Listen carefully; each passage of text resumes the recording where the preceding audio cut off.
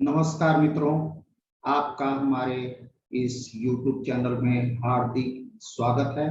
आज हम लोग लग्न के जो हमारा जन्मांक होता है इसके 12 भाव का अध्ययन करेंगे।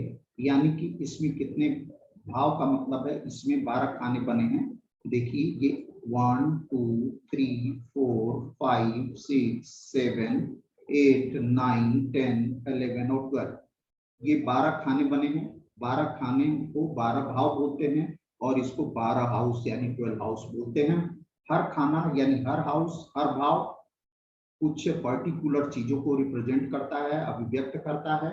उससे संबंधित जो चीजें होती हैं उसका हम प्रिडिक्शन करते समय उनका ध्यान रखते हैं। सबसे पहले गणना आपकी कुंडली में, यहाँ पे आपके होरोस्कोप में यहाँ पे कोई भी नंबर लिखा हो उससे आपको कोई मतलब नहीं है। ये हमेशा लग्न होगा, ये हमेशा लग्न होगा, ये हाउस हमेशा लग्न होगा।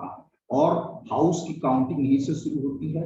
1 ये फर्स्ट हाउस है, ये सेकेंड हाउस है, ये थर्ड हाउस है, ये फोर्थ हाउस है, ये फिफ्थ हाउस है, ये सिक्स हाउस है, ये सेवेंथ हाउस है, ये एट्थ हाउस है, या 9th हाउस है, यहाँ 10th हाउस है, यहाँ 11th हाउस है, ये 12th हाउस है। यहाँ पे कोई भी गिनती हो सकती है, यहाँ पे कोई भी नंबर हो सकता है। यहाँ 9 हो सकता है, 7 हो सकता है, 6 हो सकता है, 4 भी हो सकता है, 12 भी हो सकता है। उससे आपको कोई मतलब नहीं, उससे कंफ्यूज मत होइएगा। हमेशा ये ध्यान रखिए कि ये हाउस फर्स्ट हाउस है, हाउस अलग है और जो नंबर लिखा जाता है वो राशि होती है। ये चीज ध्यान रखिए। तो ये जो है ये हाउस होता है। हाउस यानी कि प्रथम हाउस है, ये प्रथम भाव है। प्रथम भाव जो है आपके शरीर को व्यक्त करता है, आपके रंग को व्यक्त करता है कि आप काले होंगे, सांवले होंगे, गोरे होंगे। आपके सिर को व्यक्त करता है कि आपका सिर लंबा है, चौड़ा है, कैसा है, आपके बाल कैसे हैं, आपका स्वभाव कैसा है, आपकी बॉडी कैसी है, लंबे हैं, छोटे हैं, मध्यम कद के हैं, आपकी कैसी पर्सनालिटी है, आप मोटे हैं, पतले हैं, कैसे हैं। ये सारी चीजें इस लग्न से देखी जाती है। आपकी पर्सनालिटी को ये लग्न व्यक्त करता है। अब आते हैं इस दूसरे हाउस के बारे में, सेकेंड हाउस यानी द्वितीय भाव। द्वितीय भाव को धन भाव भी बोलते हैं, इसको बोलते हैं धन भाव। धन भाव यानी ये द्वितीय हाउस। द्वितीय हाउस से क्या क्या देखा जाता है? सबसे बड़ी बात है इसमें आपका बैंक बैलेंस देखा जाता है। बैंक बैलेंस मतलब आपके पास कितना, आपके पास आपने कितना बैंक में जमा किया है, आपके पास कितने का म्यूचुअल फंड आपने परचेज कर, कितना आपके पास एसेट आपके पास है, आ गया है। ठीक है, मतलब कि आपने कितने शेयर आपके पास हैं, कितने आपके बैंक में कितना पैसा आपके पास है, कितनी आपकी एफडी है, ये सब चीजें ये हाउस रिप्रेजेंट करता है। आपके खान पान को, आप कैसा खान पान करते हैं, इस चीज को, खान मतलब किस तरीके का खाना होगा, मांसाहारी हैं, शाकाहारी हैं, या फिर आप मदिरा का सेवन करते हैं, स्मोकिंग करते हैं, ये सब चीजें इस हाउस से पता चल जाती हैं। ये हाउस उस चीज को भी व्यक्त करता है कि आप किस परिवार में आपने जन्म लिया। कुटुंब से मतलब वहां जहां पे आपने जन्म लिया है, जिस फैमिली में आपने जन्म लिया है वो कैसी फैमिली है, वो यहाँ से व्यक्त होता है। आपका चेहरा, आपका जो फेस है, आपकी वाणी मतलब जो चेहरा यानी मुख, और मुंह के अंदर से क्या निकलती है, वाणी निकलती है। यहाँ से दांत भी रिप्रेजेंट होता है, दाहिने आंख को भी ये रिप्रेजेंट करता है ये हाउस। तो ये हाउस का हम जब भी प्रिडिक्शन करते हैं तो इन सब चीजों के बारे में जब प्रिडिक्शन करते हैं तो हम इस हाउस को लेते हैं। यह है थर्ड हाउस। थर्ड हाउस जो है ये आपके शक्ति, पराक्रम, साहस, कितना आप साहसी हैं। जब साहस है आपके अंदर तभी आप स्पोर्टमैन हैं, यानी कि स्पोर्टमैन या स्पोर्ट वुमेन है, यानी ये आपके स्पोर्ट को रिप्रेजेंट करता है, आपके छोटे भाई बहन को भी रिप्रेजेंट करता है, ये आपको नाक को रिप्रेजेंट करता है, ये आपको आपके कंधों को रिप्रेजेंट करता है, ये आपके नर्वस सिस्टम को रिप्रेजेंट करता है, मतलब कंधे से लेके ये बाजू को रिप्रेजेंट करता है, दाहिने कान को रिप्रेजेंट करता है, ये आपके ससुर यानी इन-लॉ को रिप्रेजेंट करता है। और छोटी दूरी की यात्राओं की भी हम इसी हाउस से देखते हैं, और कैसे आपके नौकर चाकर कैसे होंगे ये भी इसी हाउस से देखा जाता है। यह है फोर्थ हाउस। फोर्थ हाउस मतलब घर, जी वो घर जहां आप रहते हैं, जहां जन्म लिए हैं उससे नहीं मतलब है, वो घर जहां आप रहते हैं, वो भवन, वाहन, भूमि, जिसको बोलते हैं अचल संपत्ति, मतलब जो एसेट आपकी बन गई है, जैसे भूमि, भवन, आपके पास कितने प्लाट हैं, कितने मकान हैं, कितने फ्लैट हैं, आपके पास कितनी गाड़ियां हैं, आपके पास कितना सुख है, आपके कपड़े कैसे हैं, आपके पास कहीं कोई गड़ा हुआ धन तो नहीं मिलने वाला है, वो देखते हैं। बॉडी के अंदर, छाती के अंदर का पोर्शन यहाँ से देखा जाता है, स्पेशली यहाँ से हार्ट का रिलेशन यहाँ से होता है, ठीक है। तो और माता का भी संबंध इसी हाउस से होता है, ये 4th हाउस है। इसके बाद आते हैं हम, ये हाउस है 5th हाउस।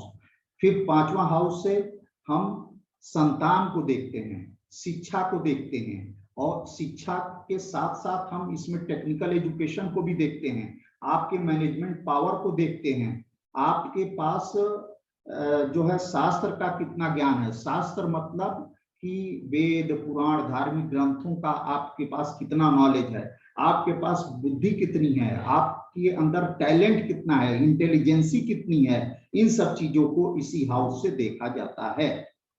और आपके पास टैक्स क्या है, टैक्स कितना आप पे करते हो गवर्नमेंट को, ये सारी चीजें इसी हाउस से कैलकुलेट की जाती है। इसके बाद आते हैं ये 6ठा हाउस। 6ठे हाउस को बोला जाता है रोग, रिपु, ऋण। स्पेशली ये रोग का हाउस है, शत्रुओं का हाउस है, कर्ज का हाउस है, ये कंपटीशन का हाउस है कि कितना आपके लाइफ में कंपटीशन होगा, कंपटीशन में आपको हार मिलेगी, उसका भी यही है।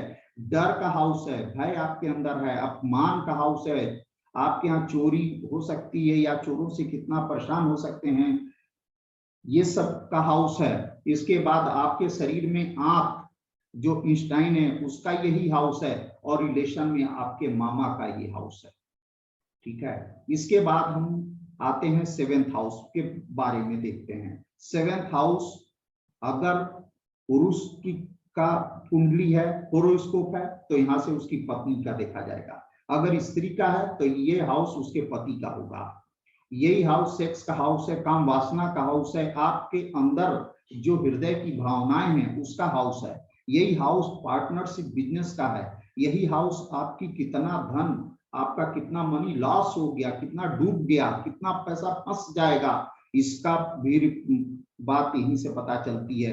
कितनी चीजें आपकी नष्ट हो चुकी हैं, कितनी चीजों का आपका नुकसान हो चुका है, ये भी आपके इसी हाउस से पता होता है। मूत्राशय से संबंधित, यानी कि रेनल सिस्टम से संबंधित ये हाउस आपके बॉडी के रेनल सिस्टम को रिप्रेजेंट ये हाउस करता है। इसके बाद आते हैं इस 8th हाउस को। 8th हाउस को यानी कि आपके आयु का घर भी बोलते हैं, मृत्यु का घर भी बोलते हैं। स्त्री के लिए उसके पति का आयु यानी कि स्त्री का सौभाग्य का हाउस है। आपके डिप्रेशन यानी मानसिक बीमारी का हाउस है ये। आपको लाइफ में कितने पराजय मिल सकती है उसका भी विवेचना ही से किया जाता है।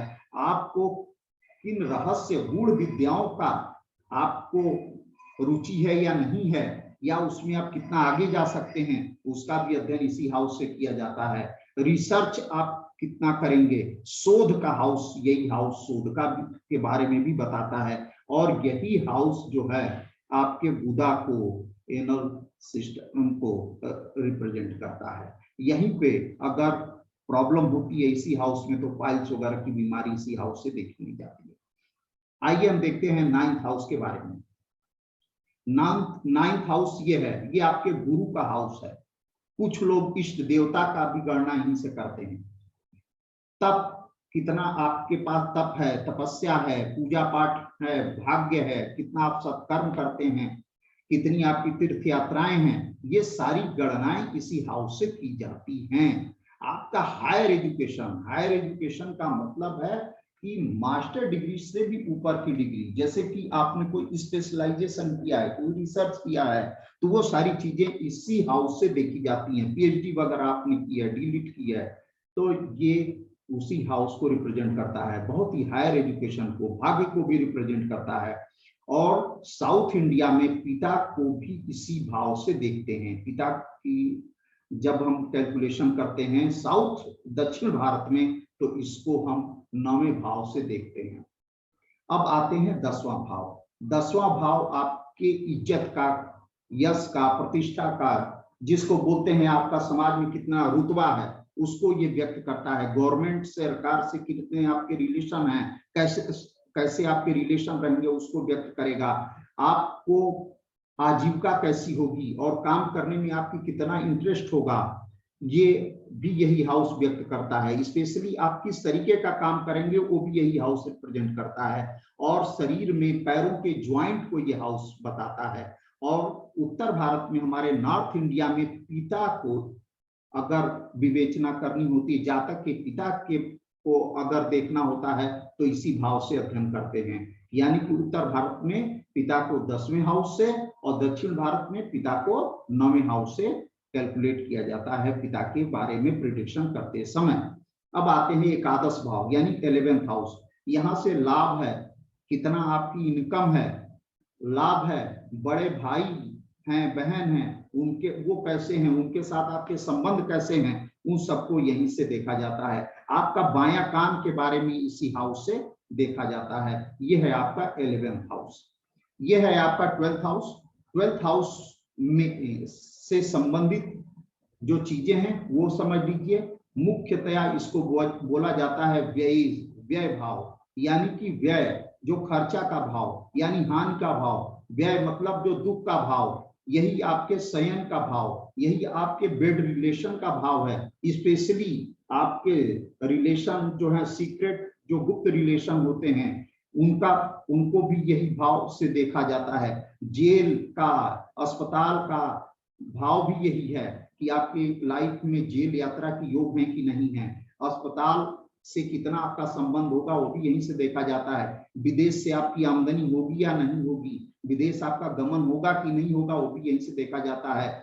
और पैर के सबसे निचले हिस्से जिसको फुट बोलते हैं, उसका और उसके तलवे का विवेचना इसी हाउस से किया जाता है। अब हम जानना चाहेंगे कुछ हाउसों के कुछ विशेष नाम हैं। सबसे पहले तो ये देखिए, ये बड़ा सा एक पैरेललोग्राम दिख रहा है आपका, समांतर चतुर्भुज। ये देखिए बड़ा सा दिख रहा है। इसमें कौन कौन सा नंबर लिखा है? इसमें नंबर लिखा है 1, 4, 7 और 10। यानी ये देखिए 1, 4, 7 और 10, यानी इसको केंद्र भी बोलते हैं, इसको कंटक भी बोलते हैं, इसको चतुष्टय भी बोलते हैं। यही इस भाव को हम, ये जो चारों चीजें हैं, इनको हम ये नाम हम देते हैं। मतलब क्या क्या नाम देते हैं? इनको हम केंद्र भी नाम देते हैं, इनको कंटक भी नाम देते हैं, इनको चतुष्टय भी बोलते हैं। यानी 1, 4, 7 और 10 को इससे काउंट करते हैं। दुस्थान मतलब त्रिक भाव। दुस्थान सबसे बुरा भाव होता है, ये त्रिक भाव भी बोलते हैं इसको। ये होता है 6, 8, 12, मतलब ये हाउस 6 हाउस, ये 8 हाउस और ये 12th हाउस है। इसको हम दुस्थान या त्रिक भाव बोलते हैं। पड़फर भाव में 2, 5, 8, 11। ये देखिए 2 यानी ये हाउस, फिर ये हाउस 5, फिर 8 और ये 11, ये 4 को पड़फर भाव बोलते हैं। अपोक्लिम भाव में 3, 6, 9, 12, ये भाव, ये 6 नंबर, इसी तरह 9 नंबर और ये 12 नंबर, ये अपोक्लिम भाव है। चतुस्त्र भाव, ये 4 और 8 नंबर भाव को चतुरस्त्र भाव बोलते हैं। उपचय भाव में 3 number, 3 house, 3rd house, 6 house और 10th हाउस और इसके बाद 11th हाउस, ये आपका उपचय भाव है। और त्रिकोण का जब हम नाम लेते हैं तो ये 5th हाउस और ये 9th हाउस। ये हमने टर्मिनोलॉजी इसलिए बता दिए हैं कि जब आप पढ़ते हैं तो आपको ये नहीं पता होता, लिखा रहता है वहां पे पड़फर भाव, तो आप समझ नहीं पाते हैं क्या है। पड़फर भाव का मतलब है 2, 5, 8 और 11 भाव, 2nd house, 5th house, 8th house और 11th हाउस। अगर मान लीजिए लिखा है उपचय भाव, इसका मतलब है कि 3rd house, 6th house, 10th house, 11th house. त्रिकोण, कुछ लोग कहते हैं त्रिकोण ज्यादातर बोला जाता है 1st हाउस, 5th हाउस और 9th हाउस को, लेकिन 1st हाउस चूंकि केंद्र में भी है तो ये केंद्र भी होता है, त्रिकोण भी होता है। 1st हाउस केंद्र में भी आता है, त्रिकोण में भी आता है, तो इसलिए ज्यादातर इसकी गणना केंद्र में करते हैं। और मूल त्रिकोण में जब गणना होती है तो केवल 5th और 9th की मूल त्रिकोण में गणना होती है। और जब केंद्र की बात होती है तो 1, 4, 7 और 10 हाउस की बात होती है। तो ये रहा हमारा 12 भावों का अध्ययन।